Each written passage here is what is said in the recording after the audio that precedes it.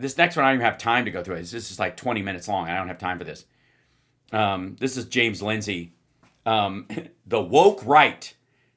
What it is and why it's growing with James Lindsay. What is James Lindsay doing with his face?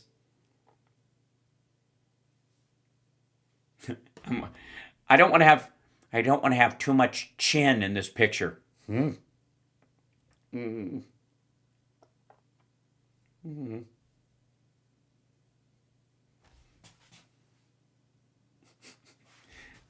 It's like there's duck lips and then there's what? Pigeon lips? What is the woke right, what it is and why it's growing. Dun, dun, dun. Now this, by the way, has a lot to do with the feeling that there was this poll that came out. We showed this weeks ago, so we don't need to recover this. But this came out of the idea that a bunch of Trump voters have decided they want a Democrat to win next time. They're for some socialist policies or things they perceive as socialist policies, even though they're not socialist policies. They're just democratic taxation used to support the citizenry of a country, which is what they're fucking supposed to do. But this is like, this is the unraveling, the great awakening, as I called it in the title. Yeah, the woke right. Now, I just enjoy that. By the way, just know that match has been chucked onto a pile of kerosene rags in the background. Meanwhile, let's jump over to Donald Trump, to this point that I was making. This is from the White House, by the way, this gaggle, so it should have decent audio, I hope. And it's one of the few videos where you can see Trump and watch him be interviewed without a bunch of gold crap behind him. So here's Trump on Air Force One gaggle. Okay, hello everybody. How are you? Hello everybody, how are you? This is their White House video, which, by the way, they could eliminate the noise from the airplane if they wanted to. They just don't give a fuck. Hi, how are you? Hi. What would you like to know today? Do you start off by telling us the latest with Russia and Ukraine? Are you expecting Zelensky to come visit you? We're having good, I don't know, he would like to come, but I think we should get a deal done first. We're having good talks. We started with Russia, we're having some talks with Of course you start with Russia. They're your buddies. Russia. Why wouldn't you go to the invading force first to set the terms? Ukraine is doing well. I think they're pretty happy about it. They'd like to Nope. see it end. And we won't know for a little while, but we're making progress. Then you're not making progress. You said, what are the big secrets? We settled 8 wars. Including some that had never existed. P.S. Fuck Sudan, I guess. And I thought this would be one of the easier ones because of my relationship with President Putin. Yeah, you're not supposed to say that out loud. That's fucking stupid. But this is probably one of the more difficult ones. There's a lot of hate. You think? Why would that be? Because your buddy invaded another country and sent rape squads into the cities? Just bombing civilian areas, killing kindergartners for no fucking reason? You said there were a few points of disagreement that were still left to be. Yeah, a few. Can you tell us what those are? Well, it's just the standard things with Standard things, you know, dead civilians, land, resources, the right to have sovereign borders, shit like that. people are starting to realize it's a good deal for both parties and they got to stop the war. They're losing a lot of people, a lot of soldiers, mostly soldiers.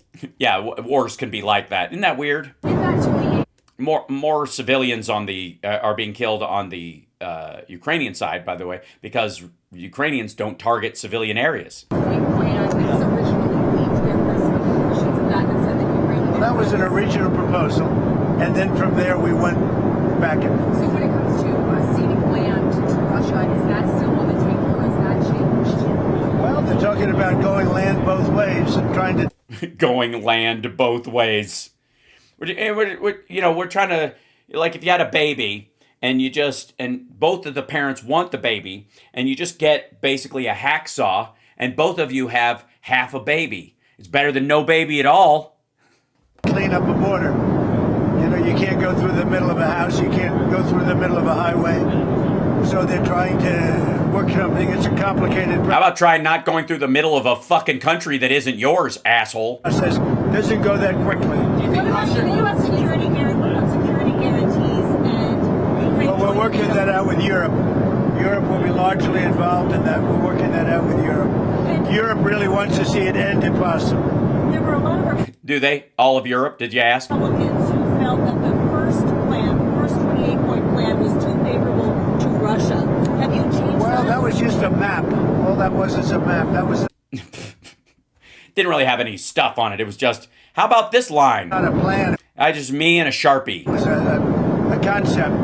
And from there, they've taken each one of the 28 points, and then you get down to 22 points. A lot of them were solved, and actually very favorably solved. So we'll see what happens. Very favorably solved. Do you think that Russia? Because solving something isn't enough. You've got to keep, you have to keep flooding the engine. That Ukraine was being asked to give too much land back to Russia? I know at one point you said they shouldn't have to give any back. It's really up. Look, the way it's going, if you look, it's just moving in one direction. No, it's not. So eventually, that's land that over the next couple of months might be gotten by Russia anyway. Or not. So do you want to fight and lose another 50, 60,000 people? Or do you just want to give them the land you're fighting for as if it doesn't fucking matter? Or do you want So that they can come back and do it again in a couple of years. to do something now? In some cases, the land is going Yeah, we don't have a map. We have concepts of a map. in the other direction. So they're negotiating. Here's a good idea. How about move it back to the 91 borders and call it a fucking day? They're trying to get it done. You want to have a border? You can't have a border that goes through a highway or a border that goes through the middle of a town. So that doesn't work.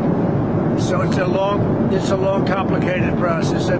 Right, but we're making progress on the long, complicated process that isn't actually progress. Very, very sad because so many people are being killed. What's the next step? Well, you have a great relationship with Putin. Why don't you fucking call him and tell him to just get the fuck out? They're going to keep talking. They're talking to Russia now. Steve Witkoff is going over, maybe with Jared. I'm not sure about Jared going, but he's involved in the process. Smart guy, and they're going to be meeting with President Putin, I believe, next week in Moscow. Next week in Moscow? I think so, yes. What kinds of concessions are the Russians going to have to make? Well, they're making concessions. Their big concession is they stop fighting. And Their big concession is they stop fighting. That's like, they're going to have to give up. They love fighting just for no reason at all. They just need it. Hold on one second. I want to point something out.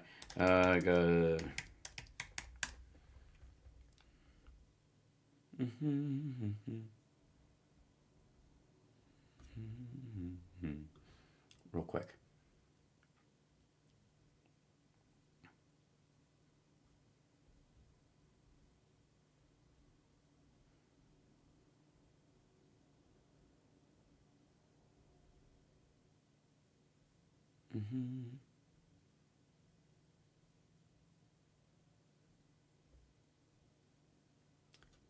Let's see.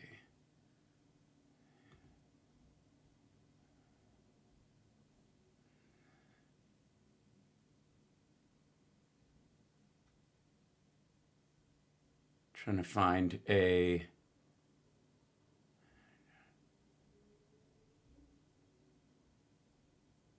There you go, Stratford World. The others. This looks like it's over. Hamas and Israel evolve Gaza conflict. The war in Gaza is paused. Conflict between Israel and Palestinians is not. Israel's armies now sit on the so-called yellow line, occupying roughly half the strip. Hamas seeks to gather its battered fighters to attempt to govern the other half. Violations occur, and few are optimistic about the future phases of the ceasefire, but few still call it a war either. The drivers of conflict have not ended with the truce. Israel wants Hamas out of Gaza permanently and to block the creation of a Palestinian state. Hamas wants to leverage its damaged but still entrenched position in Gaza into becoming a leader of the Palestinian national movement. That's all. He solved that war. So, okay, sorry, I didn't realize it was that solved. It's solved. Yeah, back to solved. they don't take any more land. Again, it's a war that would have never happened. Their concessions are they have to stop fighting and not continue to fight over there. What's the concession? Then what are they giving up? How about they give up some of the land they took, like back to the 91 borders? If I was president, this was not anything that was going to happen. It was always going to happen. This happened because of stupidity. It's too bad. Mr. President. Witkoff is going to Russia next week. Does that mean that Thanksgiving deadline doesn't stand anymore for Ukraine to agree to this? We're going to see what happens. They set up a We're going to see what happens. That's basically the Trump doctrine. date, and the date is going to be sometime in the very near future. Do you have a new deadline? No, I don't have a deadline. I just, Yeah, whatever. you know what the deadline for me is? When it's over. Well, okay, so whatever deadline other people set up. And I think everybody's tired of fighting at this moment. Mr. President. They're losing too many people. Have you heard this audio that Yeah, as opposed to what? Losing all their land? Bloomberg has of Witkoff coaching the Russians on how to appeal to you?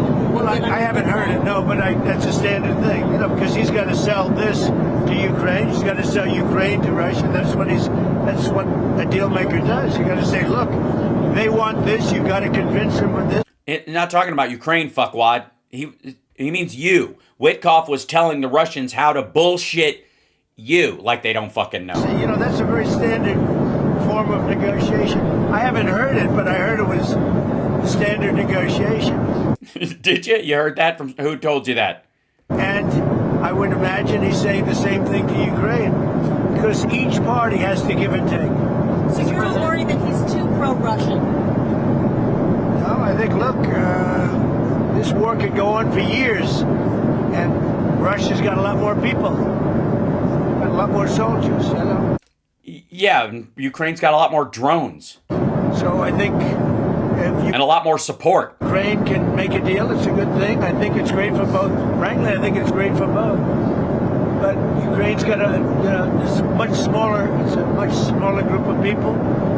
They've lost a lot of people. Russia's lost a lot of people, but Russia has a much bigger pool of people. Mr. President, Yeah, they could start sending grandmas next. are you planning to unveil a health care plan anytime soon?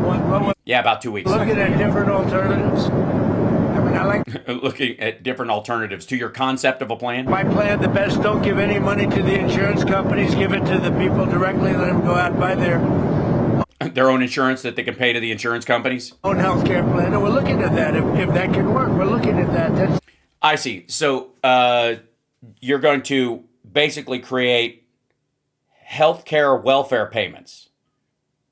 Then instead of a tax break for getting insurance, you're going to pay directly to people to purchase the insurance. Now, how do you know they're going to actually, the money you give them will go to buy insurance? How do you know? This is fucking stupid. Good Lord.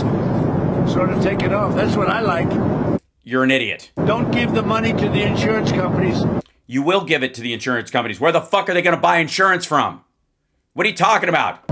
They go out and buy their own plan. You give the money to the people. I like it the best. Are you planning to extend those subsidies? I'd rather not.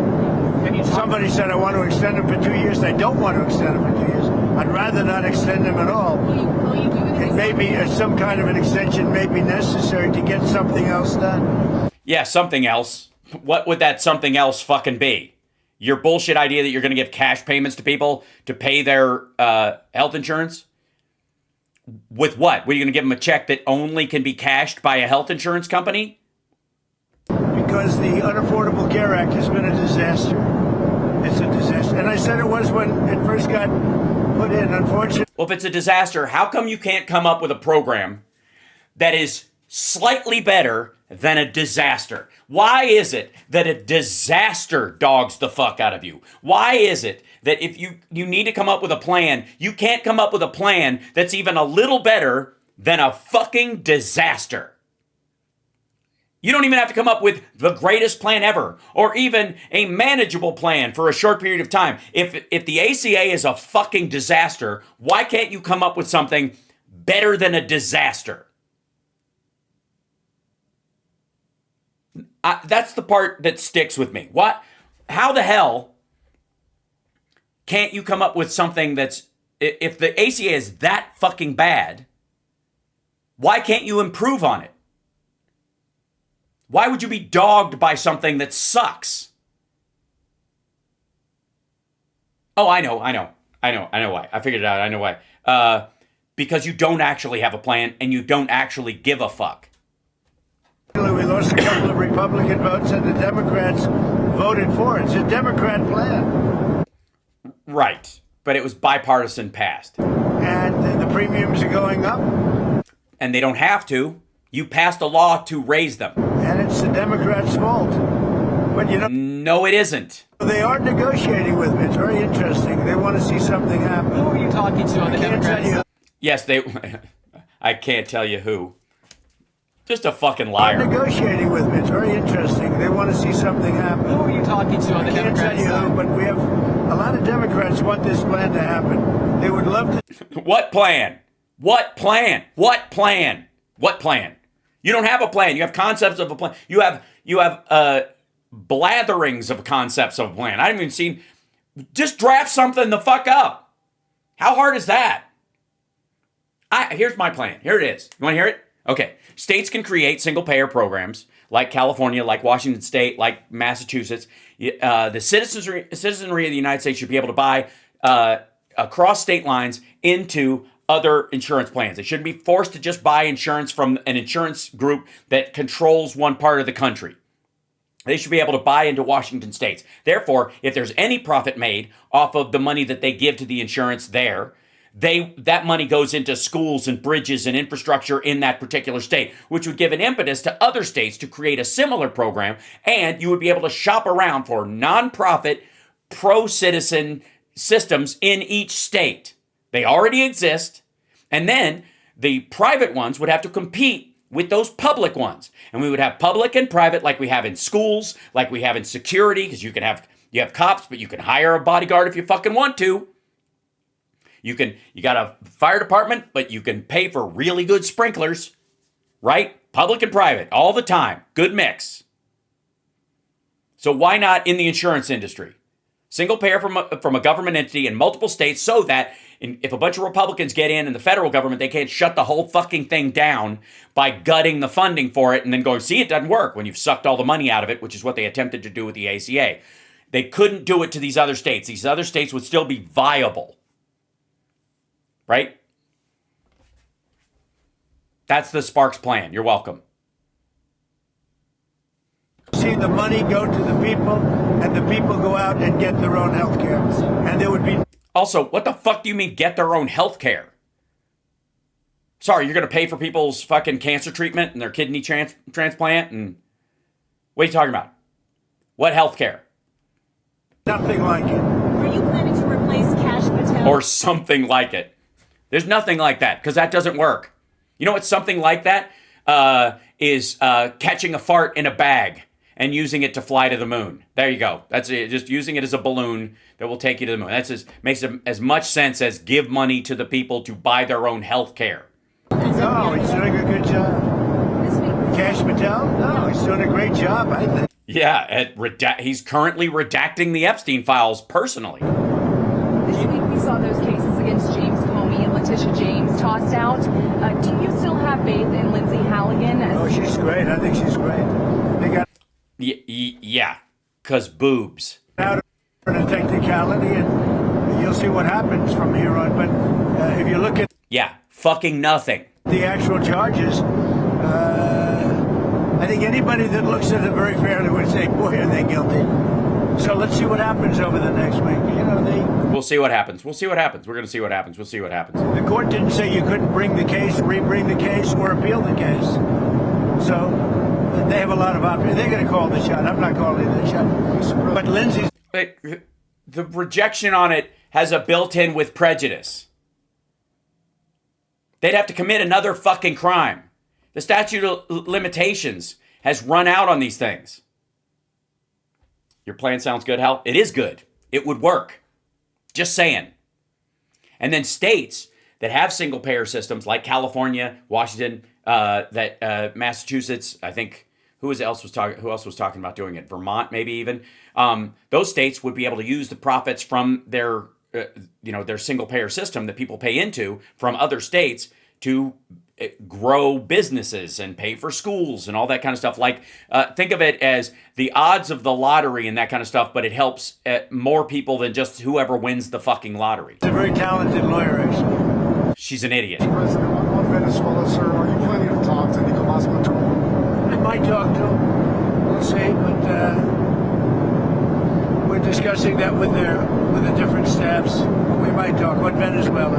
Interesting enough, With different staffs. the U.S. this week did, of course, name him the leader of a foreign terrorist organization. So why do you want to talk to him? Say it again.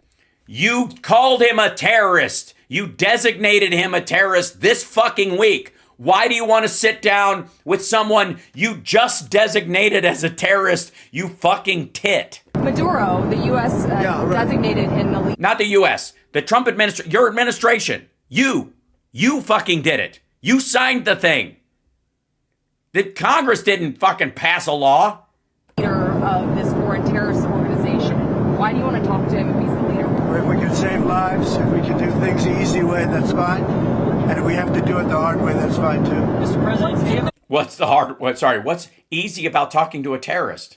Well, if you carry I'm not on. going to tell you what the By the way, I think his designation is just a slapdash way of him that he uses to get around the law by declaring things terrorism or emergencies, because the presidency gets a lot of extra room. So all this shit in the Supreme Court about Trump's grabbing all this power, he's still not doing it. He's just under the declaration of what it is an emergency and what is terrorism. There's been a lot of room, extra room given since Bush to the president to deal with Islamic terrorism and post 9/11, all that kind of shit. And he's just using all of it by basically declaring everything terrorism or an emergency or both.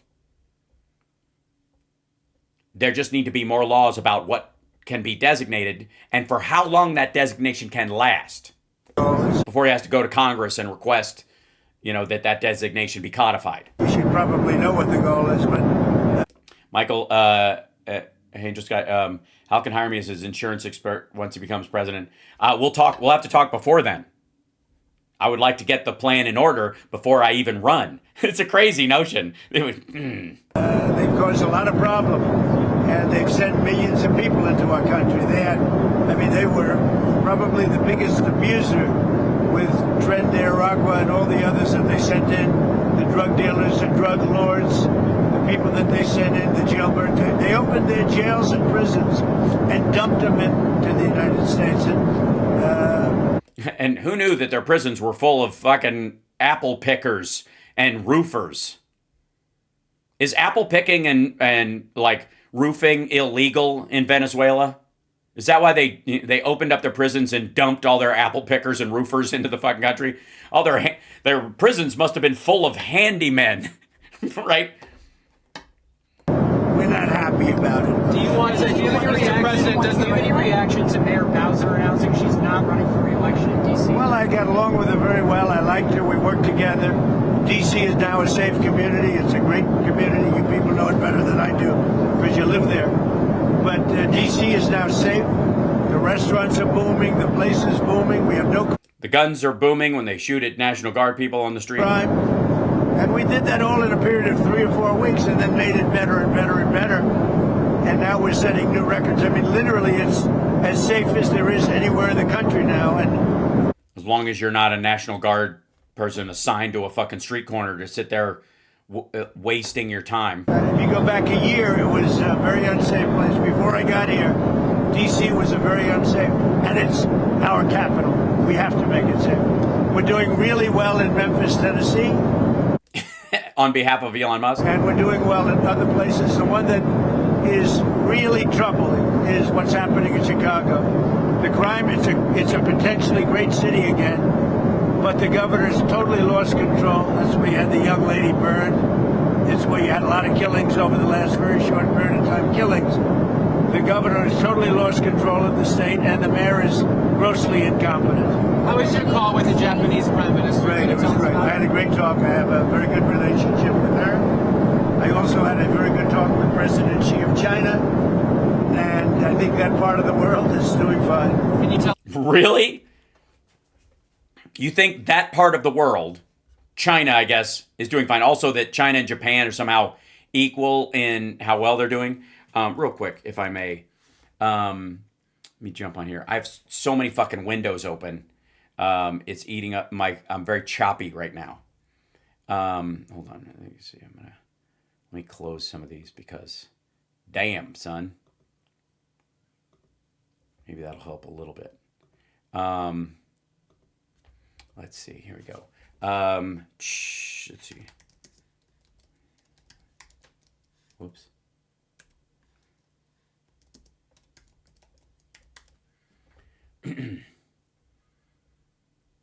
Let's see.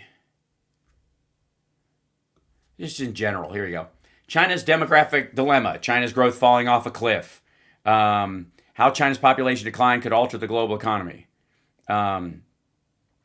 China's economy crashing.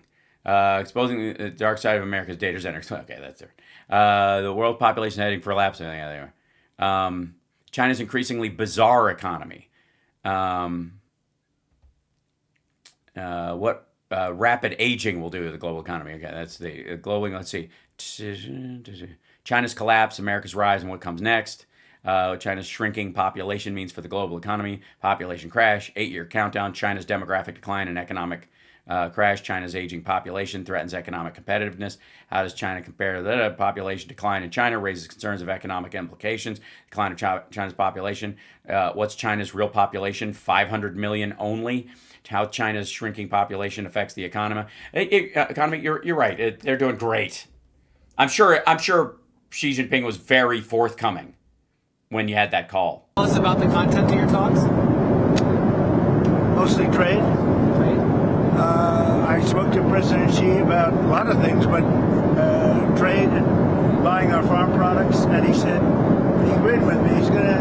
I think he's gonna very much surprise you on the upside. I asked him, I'd like you to buy it a little faster. I'd like you to buy more, and give it to who? He's more or less agreed to do that. I think he's more or less agreed to. Fuck me. All right. Okay, I've only got 3 minutes left. Hold on. I'm gonna jump ship for a second. Chat room. Let's see. How are you not getting any China show episodes right? Just tons of bullshit. Just does not know what the fuck he's talking about. But he thinks there's going to be, some kind of like magic spell. Oh God, is this? Yeah.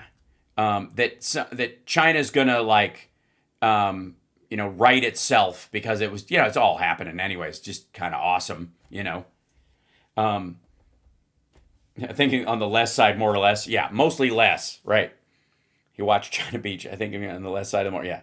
Can't wait till Dem president rolls up all the Russian, right-wing nut job influencers. Yeah, that's going to be a big thing.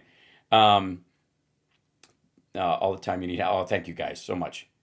Can you explain the public option? Public option is where instead of getting a tax break specifically for your insurance, you can buy insurance from the federal government. That there is an insurance fund created, like in a company, but with zero profit motive.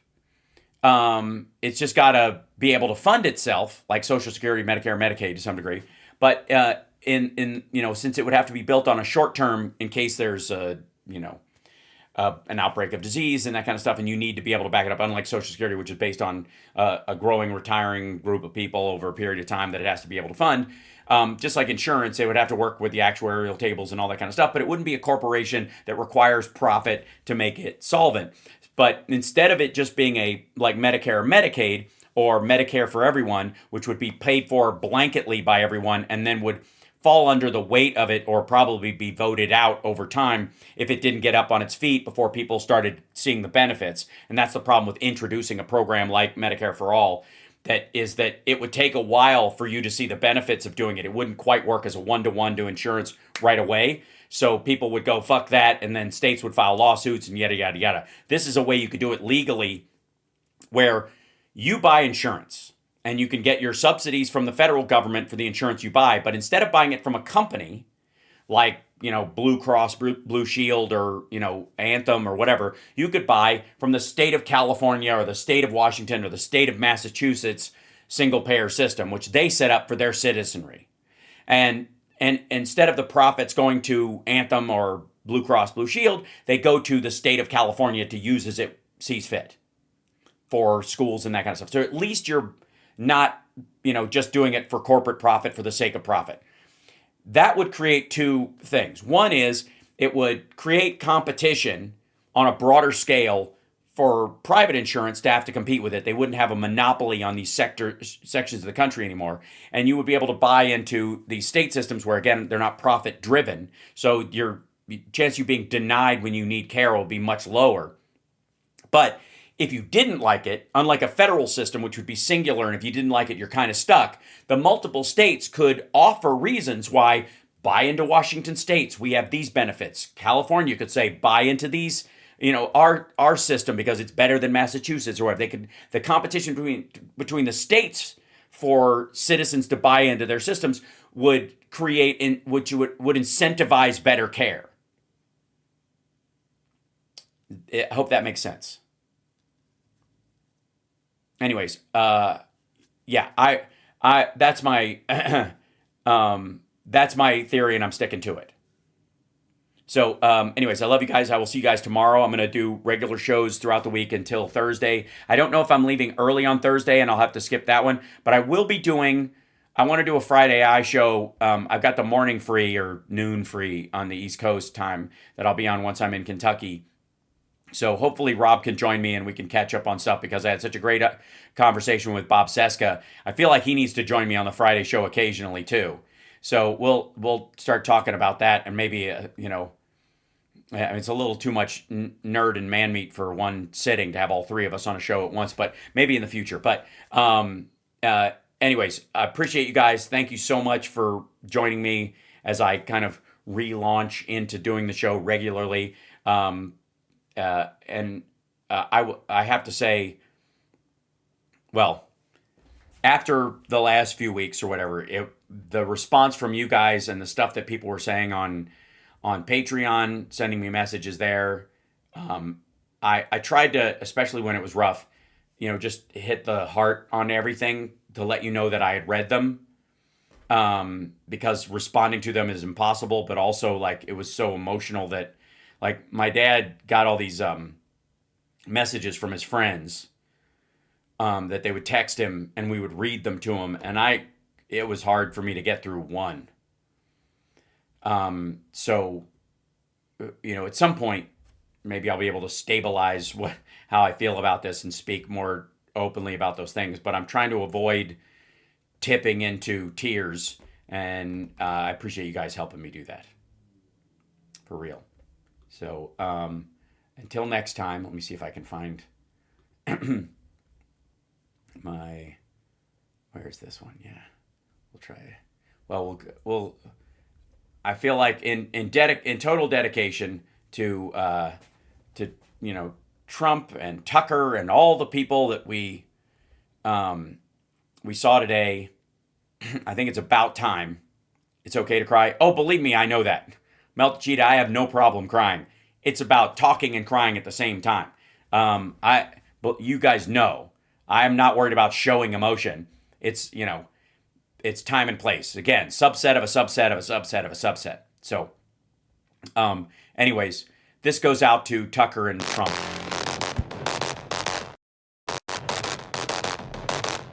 Had a sneeze coming, so I had to get rid of it.